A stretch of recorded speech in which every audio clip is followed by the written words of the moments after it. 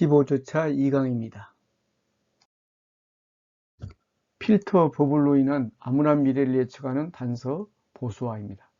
필터의 버블의 알고리즘은 기본적으로 그 개인과 과거 데이터를 기반으로 미래를 제안합니다. 한 개인이 미래에 원하는 취향을 예상해서 추천해 주지만 기본적으로 필터가 분석하는 데이터는 그 사람이 이미 과거에 만들어 왔거나 남겨두었던 디지털상의 데이터입니다. 따라서 어떤 사람이 과거 선택과는 다른 새로운 무엇인가를 선택하고 싶거나 또는 과거에는 존재하지 않았던 새로운 현상에 대한 판단을 할 때 이 과거의 데이터에 기반한 추천 알고리즘은 보수화됩니다. 과거의 생각과 태도가 현재 판단의 연장선에서 작용하는 것입니다. 여기에 코로나19는 혼자 머물게 되는 상황을 가속화함으로써 소통상에서 고립을 더욱 극대화합니다. 이런 상황은 사회적 이슈에 대한 사람들의 태도에 어떤 영향을 줄까요? 페이스북, 유튜브, 트위터, 구글 등 수많은 인터넷 기업과 소셜미디어가 수많은 정보를 알기 쉽고 간편하게 대신 선택해주는 큐레이션 방법으로 고객의 과거를 분석하고 이것의 근기의 미래를 제안합니다. 그런데 이 미래의 선택에 대한 제안은 상품이나 서비스에만 국한되지 않습니다. 일상생활이나 타인에 대한 신념, 가치관, 정치적 선택, 사회적 이슈 등도 유사한 방법으로 추천합니다. 이런 기본적인 디지털 시대의 플랫폼이 이 필터의 과잉 효율에 대한 문제를 스스로 인식하지 않는 한 필터 버블 현상은 지속될 것입니다. 이런 흐름에 코로나19는 세계적인 대유행 감염병은 개인의 물리적 고립을 가속화하면서 필터 버블의 문제를 악화시킬 가능성이 더 커졌습니다. 이와 관련한 몇 가지 시사점이 있습니다. 첫째, 투자 장면에서 과도한 자신감을 유발하는 투자의 개인화, 감정화의 문제입니다. 선물 산업에서 25년 동안 큰 돈을 벌었으며 세계적인 투자은행 모건 스탠리의 총괄 부회장으로 있었던 투자자 짐 폴은 자신의 실패담을 기록한 책 로스, 투자에 실패한 사람들의 심리에서 투자 실패의 이유를 과도한 개인화로 설명합니다. 그는 순식간에 자신의 경력이 무너지고 처절하게 실패한 자신의 투자 경험을 설명하면서 그 핵심은 투자 행위를 개인화하는 데 있었다고 주장합니다. 투자에서 이익과 손실은 일상적으로 나타낼 수 있는 과정이지만 개인화 단계에 들어가면 이익과 손실을 자신에 대한 평가로 전환합니다. 투자에서 이익이 반복되면 시장을 통제할 수 있는 믿음과 과도한 자신감이 쌓이고 반대로 손실이 나면 자기 자신은 무능하다고 평가하는 것입니다. 이렇게 감정화되면 손실이 크게 나는 경우 대부분 감정적 균형을 잃어버립니다. 손실을 일종의 자존감의 문제라고 생각하게 된다는 것입니다. 이렇게 되면 객관적인 시장의 흐름을 읽지 못하고 빠져나와야 할 타이밍을 잡지 못합니다. 짐 폴은 투자자의 내적 과정을 설명하고 있습니다. 짐 폴의 설명에 따르면 투자의 개인화는 투자 행위를 개인 자존감의 상승과 하락으로 받아들이고 그렇게 되면 투자 예적 상황을 객관적으로 보는 것을 방해한다는 것입니다. 손실을 자기 인생이 실패한 것으로 받아들여 최악의 상황이 올 때까지도 그냥 버틴다는 것입니다. 대부분의 투자 실패가 바로 이 과정을 거친다고 설명합니다. 손실을 피하기 위해서는 투자 행위에 객관적인 판단이 선행되어야 합니다. 주변의 조언을 구해야 하고 끊임없이 반대 정보나 리스크를 예상하고 있어야 합니다. 그러기 위해서 가장 필요한 것은 과도한 자신감이 있을 수 있습니다. 그래서 수많은 투자 전문가들은 목표 수익률을 반복적으로 강조해 왔습니다. 그것이 달성되면 더 벌 수 있다는 생각이 들어도 기대라는 감정이 들어서기 전에 과감한 의사결정을 해야 한다는 것입니다. 이 조언은 코로나19로 인해 비대면 상황에서 고립되어 있는 많은 개인 투자자들이 곱씹어봐야 할 대목입니다. 둘째, 필터 버블의 이슈는 사람들로 하여금 역설적이게도 차별화의 요구를 불러일으키고 이 상황을 극단화를 더욱 부추길 가능성이 큽니다. 그리고 이 과정은 극단적인 팬덤을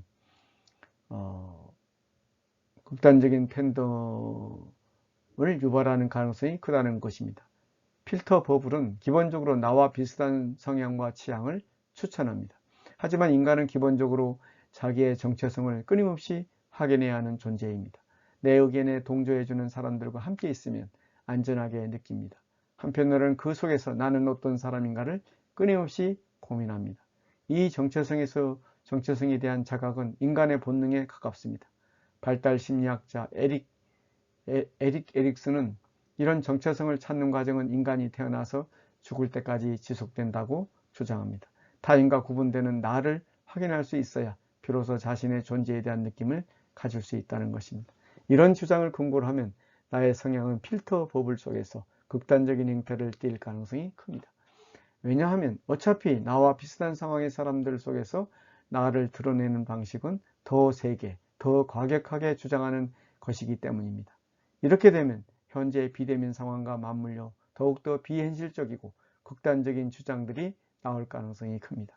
그리고 이 극단화된 경향은 필터 버블의 영향으로 더욱더 끼리끼리 모이게 합니다. 배타적 형태의 팬덤이 등장하는 것입니다.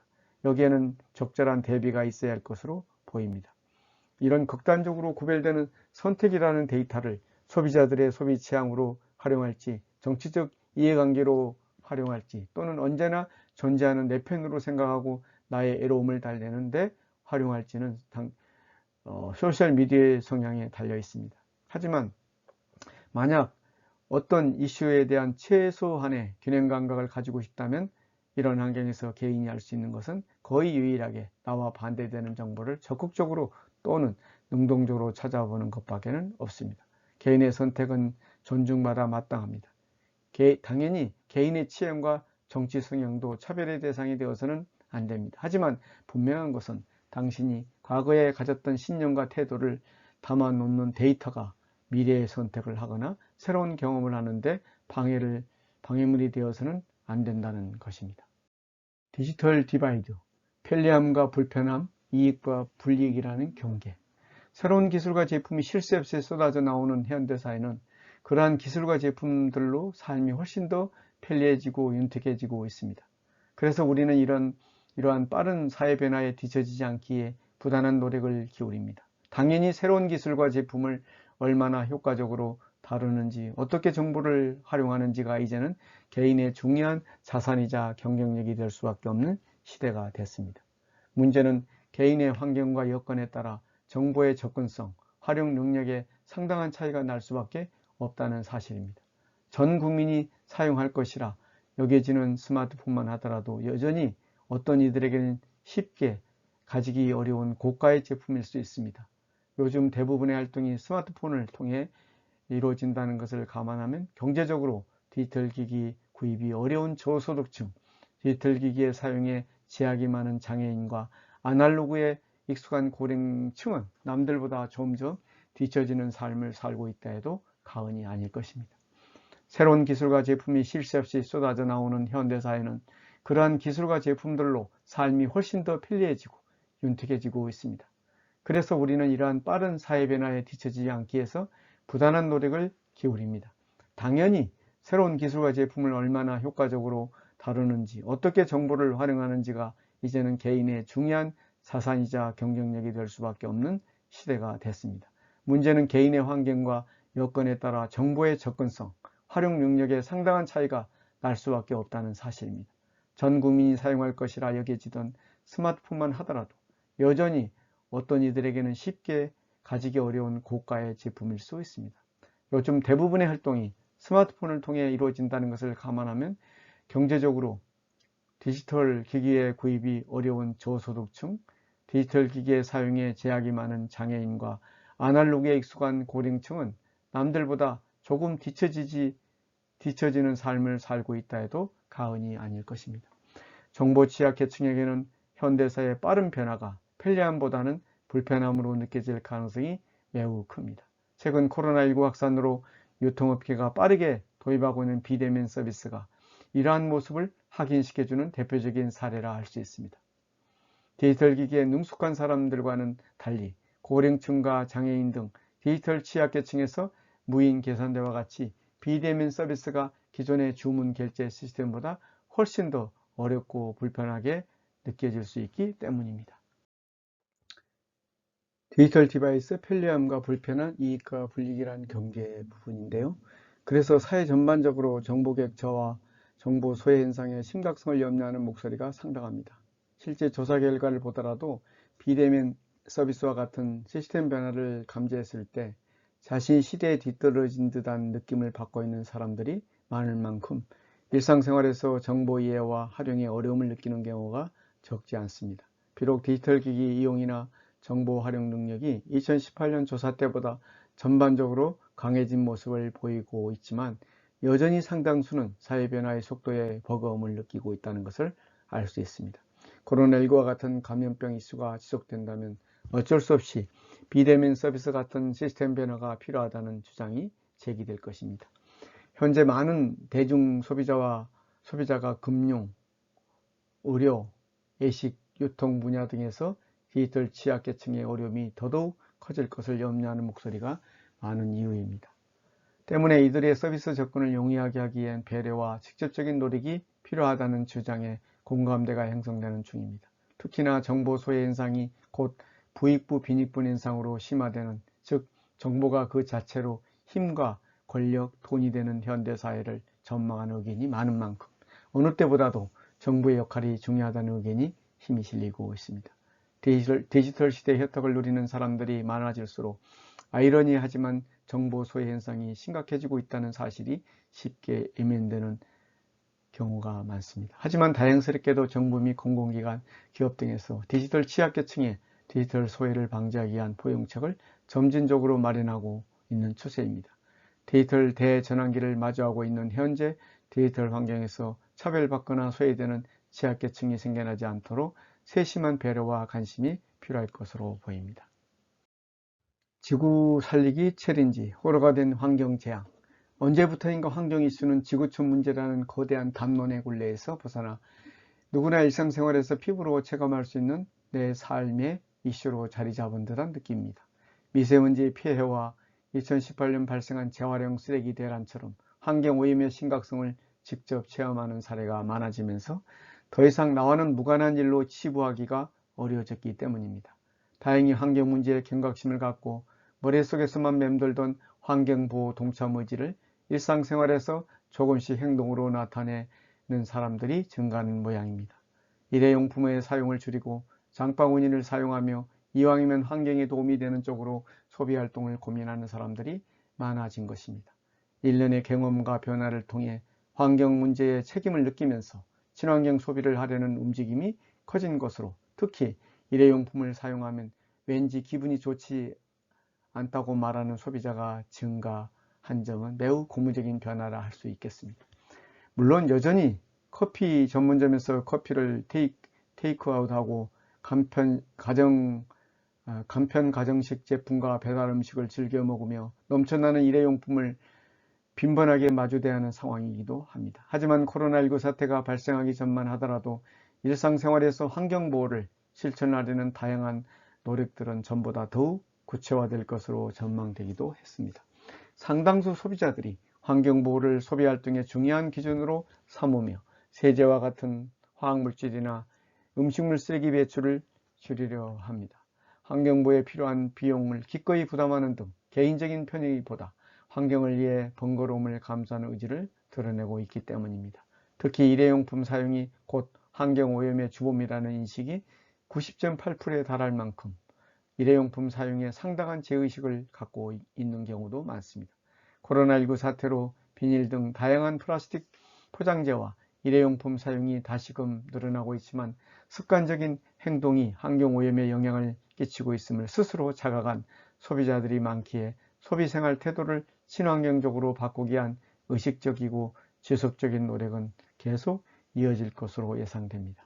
더욱이 2020년은 코로나19뿐만 아니라 동시다발적인 기상이변 현상으로 환경에 대한 경각심이 그 어느 때보다 높아진 해이기도 합니다.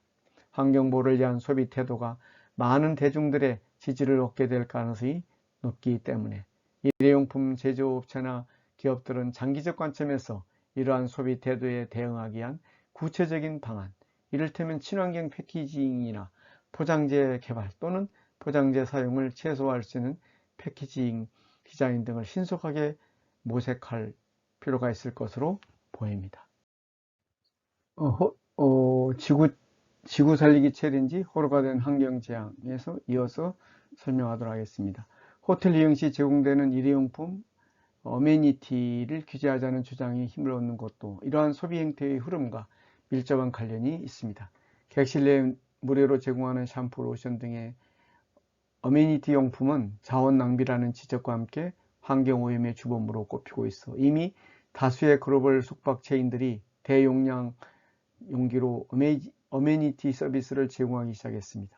물론 상당수 소비자들이 어메니티를 호텔이 추구하는 가치와 취향을 대변하는 제품으로 여기고 있을 만큼 호텔 어메니티 자체를 하나의 차별화된 혜택으로 여기는 것도 사실입니다. 호텔 숙박 등의 기업 차원에서 더 나아가 국가 차원의 강력한 규제가 필요하다는 의견도 상당합니다. 환경 문제의 근본적인 해결은 사회 구성원 모두의 적극적인 참여가 있어야 가능하지만 이미 익숙해진 편리함을 쉽게 포기하지 않을 사람들도 다수 존재할 가능성이 있기 때문입니다. 결국 어느 정도 강제성이 있는 제도가 필요할 수밖에 없는 것으로 특히나 다른 국가에 비해 환경에 관한 엄격한 규제가 없는 편이라는 대중들의 지적은 대세겨 범직합니다. 최근에는 경유 차량뿐만 아니라 휘발유 차량의 운행이나 일회용품 및 플라스틱의 사용에도 환경세를 적용해야 한다는 주장이 강해지는 등 환경 개선 부담금의 확대 필요성도 강조되고 있습니다. 환경 문제가 개개인의 자발적 의지만으로 개선이 어려울 정도로 심각해졌기에 보다 강력한 제도적 장치가 필요하다고 바라보는 것입니다.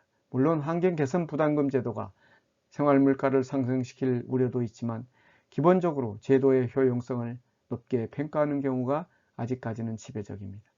2020년 한 해 우리나라는 코로나19 사태와 함께 폭염과 최장 장마, 빈번한 태풍과 폭우까지 극한의 이상기후 현상을 경험했습니다.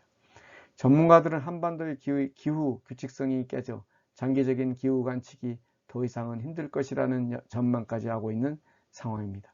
불행 중 다행으로 이제는 대중들도 기후와 환경에 점점 더 주목하는 모양새입니다. 2018년 기후위기, 기후비상상황이라는 표현이 대중적 관심을 불러 모았을 때보다 더 큰 위기라는 경각심도 높습니다.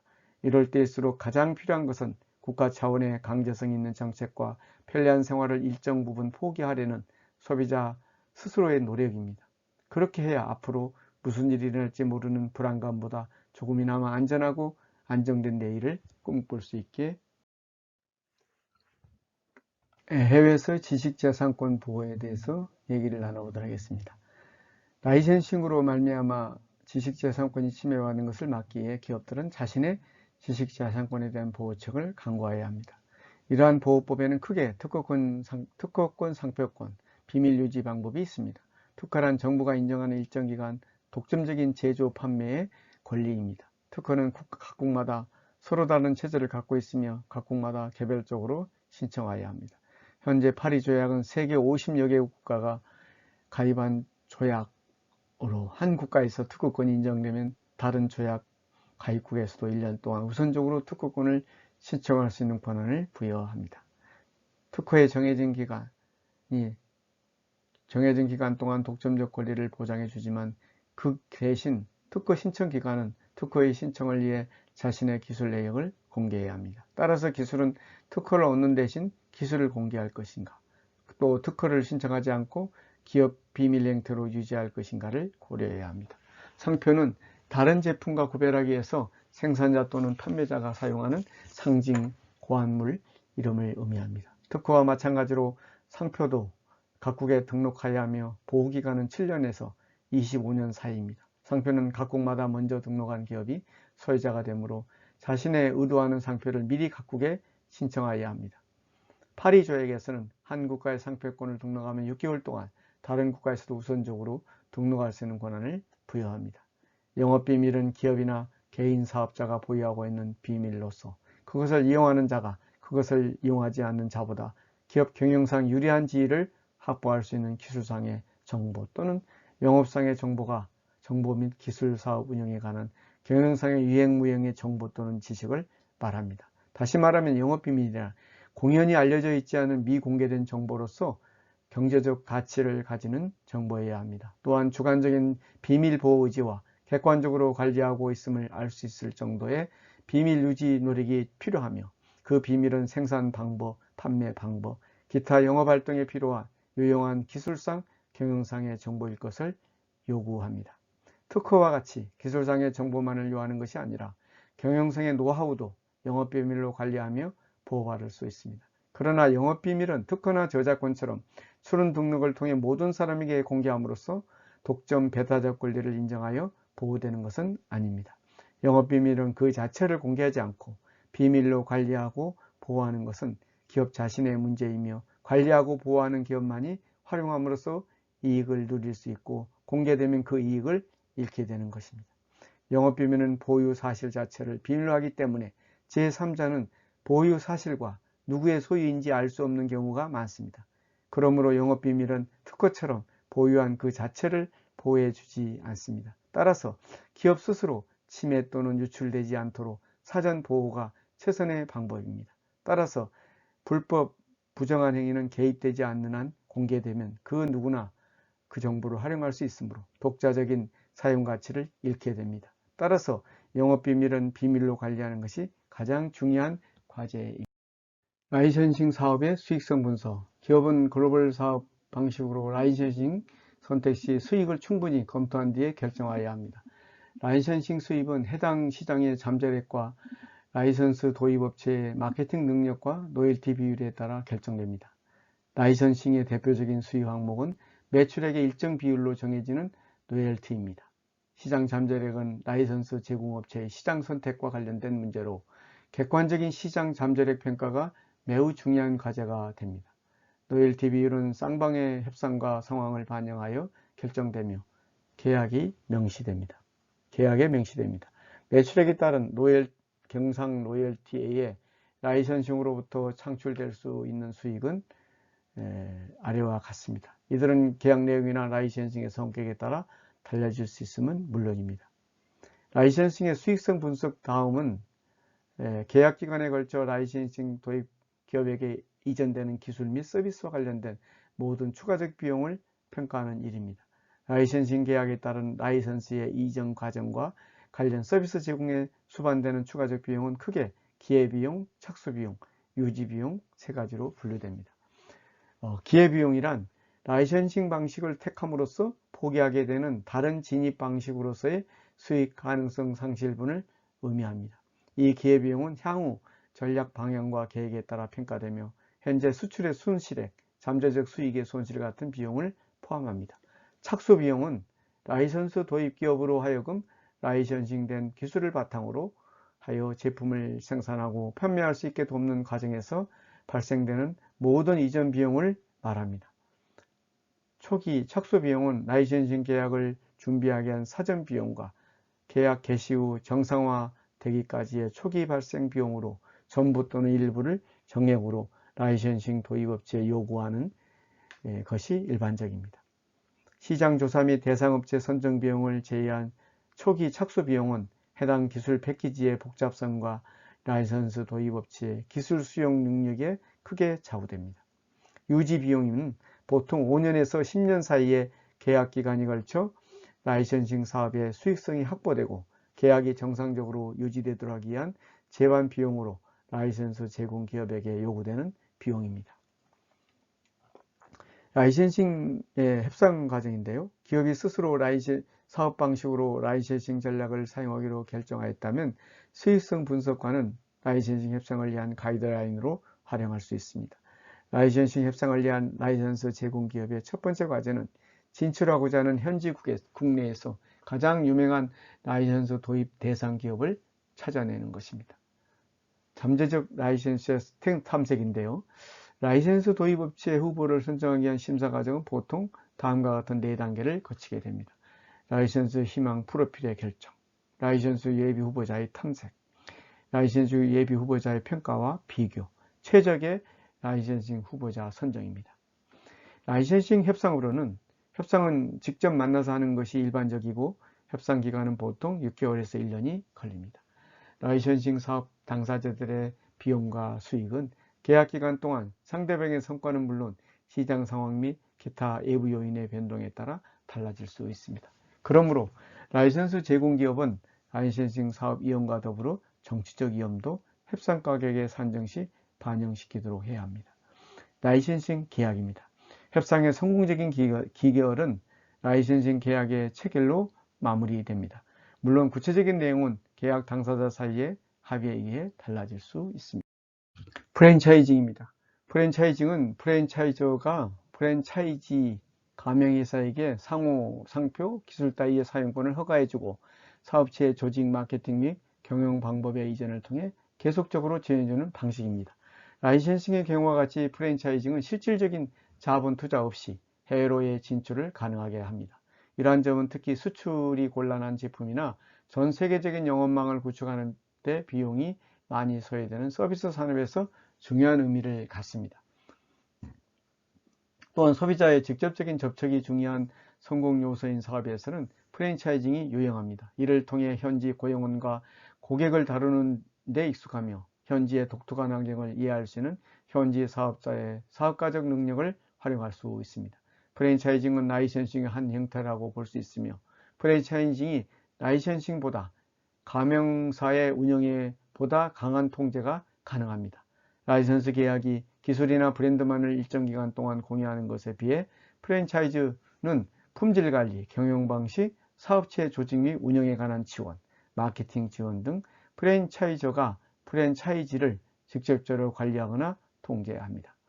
프랜차이즈 점포 소유권은 일반적으로 가맹자에게 있으며 본부는 프랜차이징에 따른 수수료를 받고 대개 가맹자의 운영에 필요한 물품 및 장비와 실내 장식을 일괄 공급하고 있습니다. 따라서 소비자들은 점포와 관계없이 상관없이 똑같은 품질의 제품과 서비스를 구매할 수 있습니다. 맥도날드에서 볼 수 있듯이 전 세계적으로 제품 품질이 표준화되어 자사의 브랜드 이미지를 유지 및 통제할 수 있는 이점이 있습니다. 프랜차이즈 측 사업본부 측은 가맹점들이 사업본부의 상호와 경영 방식에 의해서 사업활동을 조직화하고 관리할 수 있도록 도와주는 대가로 가맹점들로부터 수수료, 운영 로열티 및 기타 보상금을 받는 것입니다. 국제 프랜차이징 대사업은 원래 글로벌 외식 산업에 주로 사용되었으나 최근에는 미용, 건강, 유통, 기술, 교육 서비스, 자동차 임대업, 건설, 청량음료, 호텔, 부동산 중개업, 회계법인 등 다양한 산업으로 확산되고 있습니다. 싱어 소싱머신, 코카콜라, 펩시콜라, 힐튼 호텔 등을 필두로 하여 홀리데이인, 맥도널드, 켄터키 프라이드 치킨, 에비스사 등이 프랜차이징을 통하여 이미 전 세계에 알려진 대표적인 기업들입니다. 프랜차이징의 주요 이점으로는 적은 비용으로 해외 시장으로 신속한 진입이 가능하고 독특한 이미지 구축과 표준화된 마케팅 프로그램 사용이 가능합니다. 각 가맹점은 매장 운영에 필요한 책임을 지는 소유주로서 주인의식을 갖게 되어 동기부여 효과가 높습니다. 정치적 위험이 비교적 낮습니다. 프랜차이징의 단점으로는 라이선싱의 경우와 마찬가지로 제한된 이익만을 누릴 수 있습니다. 기술이나 브랜드를 비롯한 가맹적 영업에 대한 전면적인 통제에 한계가 있습니다. 잠재적인 경쟁사를 양성할 가능성이 존재합니다. 프랜차이즈 계약에 대한 현지국 정부가 규제할 수 있습니다. 계약 생산인데요. 계약 생산은 한 기업이 외국의 다른 기업에게 생산 및 제조 기술을 제공하면서 동시에 특정 제품의 생산을 주문하고 그 주문 생산된 제품을 공급받아 현지 시장이나 제3국의 시장에다가 재판매하는 방식입니다. 계약 생산에 있어서 대개의 경우 원하는 명세에 관한 제품을 얻기 위해서 현지의 생산업체에게는 기술 제공이나 기술적 지원이 이루어집니다. 물론 이러한 기술 이전은 별도의 공식적인 라이선싱 계약을 통해 이루어질 수도 있습니다.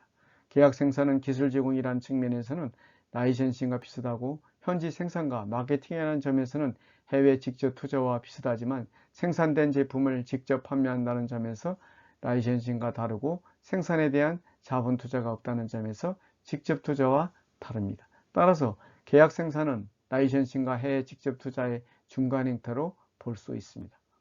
계약 생산의 입장에서는 자본 등 기업 자원의 낮은 개입, 외국 시장으로서의 신속한 진출, 현지국에서의 소유권 문제 회피 등을 들 수 있습니다. 또한 제조 계약에서는 라이선싱에서와는 달리 마케팅 판매 후 서비스에 대한 통제가 가능합니다. 이러한 제조 계약 방식은 현지 시장의 규모가 직접 투자로 진출하기 너무 협소하거나 또는 본국에서의 수출을 통한 진출이 수입 장벽으로 인하여 사실상 어려울 때 매우 유용합니다. 예컨대 P&G는 제조 비용을 낮추고 수입품에 대한 관세를 피하기 위하여 러시아에서 세제를 계약 생산하였습니다. 반면에 적절한 현지 생산업체를 찾는 것이 어렵거나 불가능할 수 있고, 그러한 기업이 존재한다고 해도 원하는 품질과 수량의 제품을 확보하기 위해서는 상당한 정도의 기술적 지원이 필요하다는 점은 계약 생산의 단점으로 지적됩니다. 러시아신과 마찬가지로 미래의 경쟁자를 키워주는 위험도 고려해 보아야 할 사항입니다. 흔히 볼 수 있는 외국의 수입업체로부터 주문받아 제품을 생산하고 주문자 상표를 부착하여 수출하는 주문자 상표 부착 생산, OEM도 일종의 계약 생산이라고 볼 수 있습니다. 그러나 발주자의 처지에서 볼 때 계약 생산이 목표 시장 진입의 한 방법으로서 현지 시장에서의 생산을 염두에 둔 것에 반하여 OEM은 시장 진입 방식으로서의 성격보다는 제품 조달의 방법의 일환으로 이해될 수 있습니다. 주문을 받아 생산하는 기업의 처지에는 OEM 방식도 수준의 한 형태로서 해외 시장 진입 방법의 하나로 여길 수 있습니다. 한편 OEM과 유사한 것으로 ODM이 있습니다. 기존의 주문자 상표 부착 생산 방식인 OEM과 구별됩니다. 즉, 주문자가 건네준 설계에 따라 단순히 생산만 하는 OEM 방식과는 달리 주문자가 요구하는 기술을 자체 개발해서 납품하기 때문에 부가가치가 높다는 장점이 있습니다. 또 자체 개발해서 생산하기 때문에 해외 시장에 판매할 경우 개발 로열티를 받을 수도 있고, 부품을 구매할 때도 제조업체가 주도적으로 참여할 수 있어 원가를 낮추는 데도 도움이 되는 등 고부가가치형 생산 체제로 평가받습니다. 턴키 운영인데요.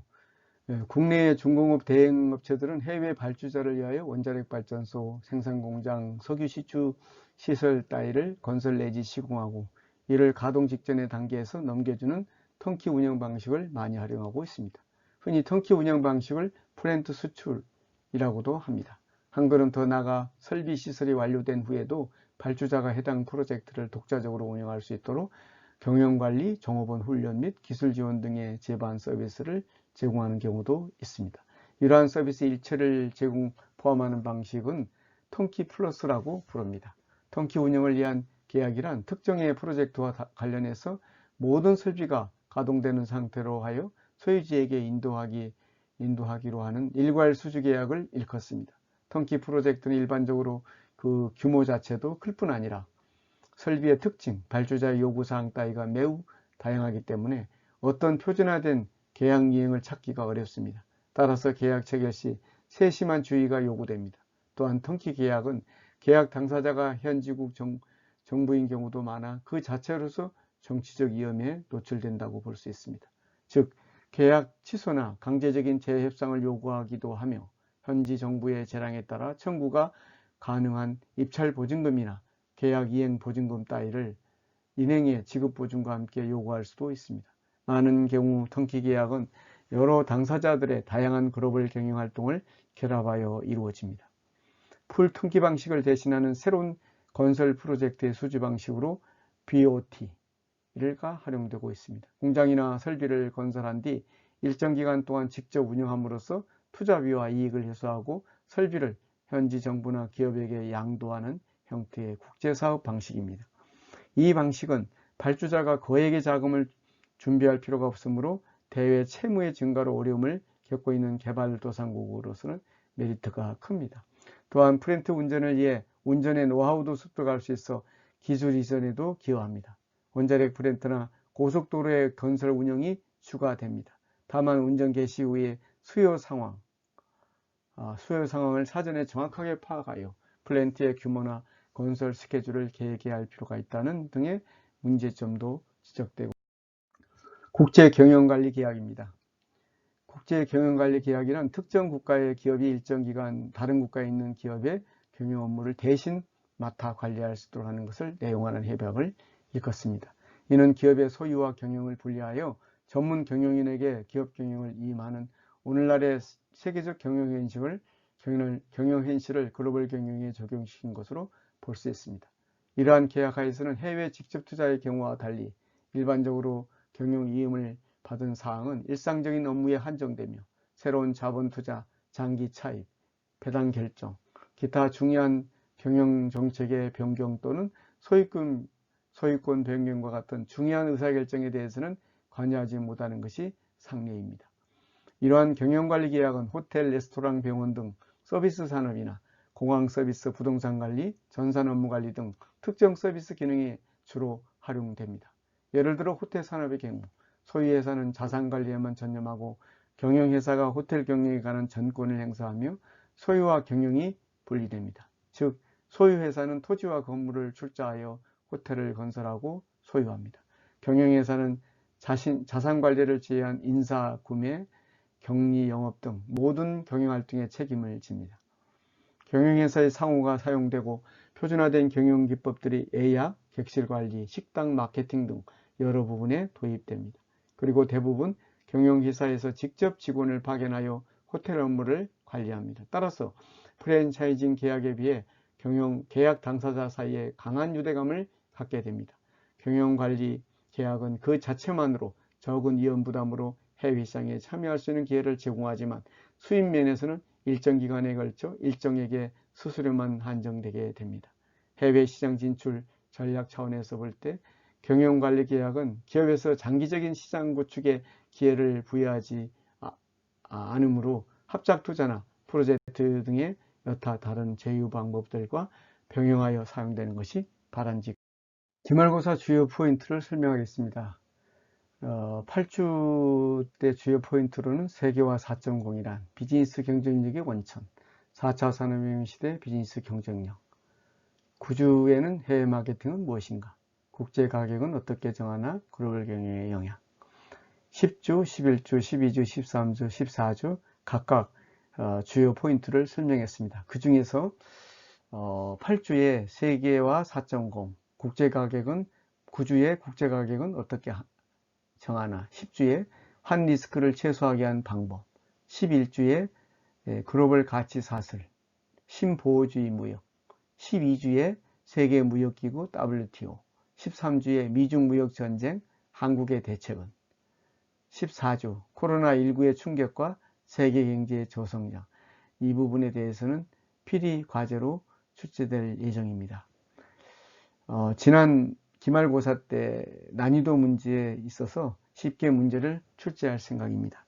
그리고 실시간 시험은 12월 3일 15시 20분부터 16시 20분까지 실시될 예정입니다.